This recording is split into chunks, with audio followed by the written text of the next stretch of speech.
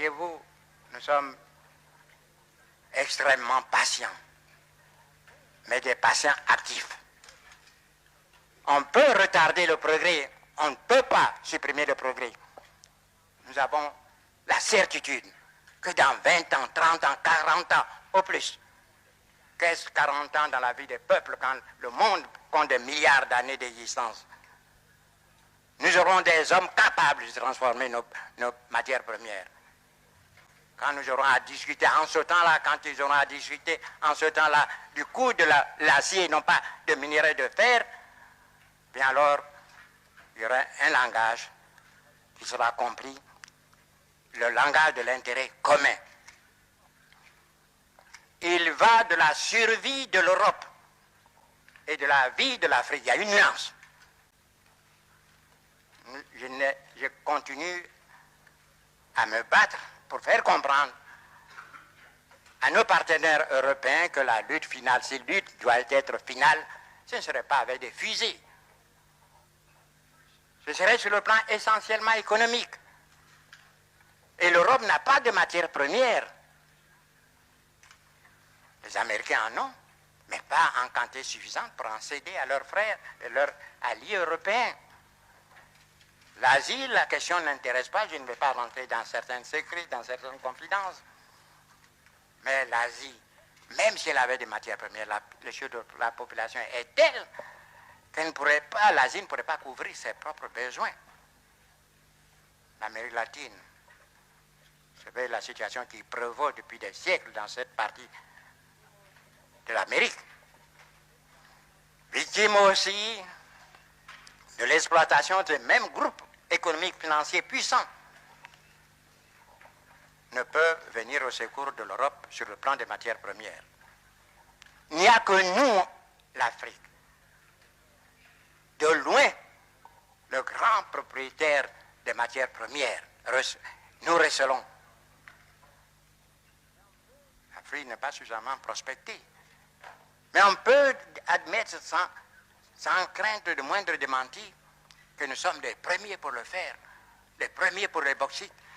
Quand on pense qu'en Guinée, il y a des siècles de réserves de bauxite, le manganèse, l'uranium, l'Europe a besoin de ces matières premières pour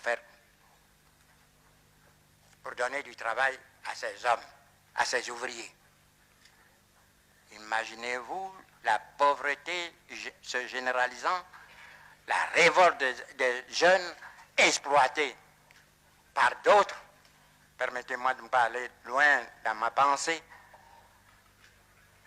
Et si ces matières premières ne parvenaient pas un jour à l'Europe, vous voyez, notre ami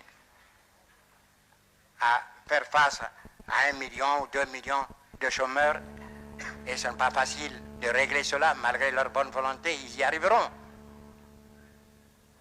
Mais si l'Europe venait à être privée de matières premières, c'est le chômage généralisé et qui conduira où, vous le savez vous-même. On n'aura pas besoin de tirer un coup de fusil.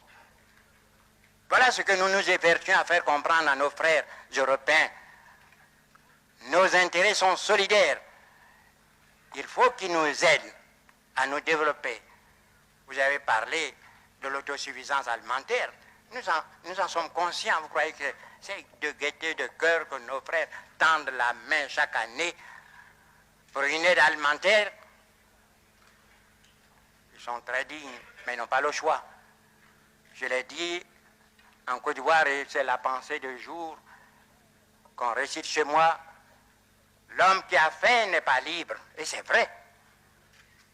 Nous avons quitté la dépendance coloniale. Mais après 20 ans, nous pouvons faire le point. Pour l'essentiel de notre existence. Pour la nourriture, pour beaucoup. Pour nos soins médicaux.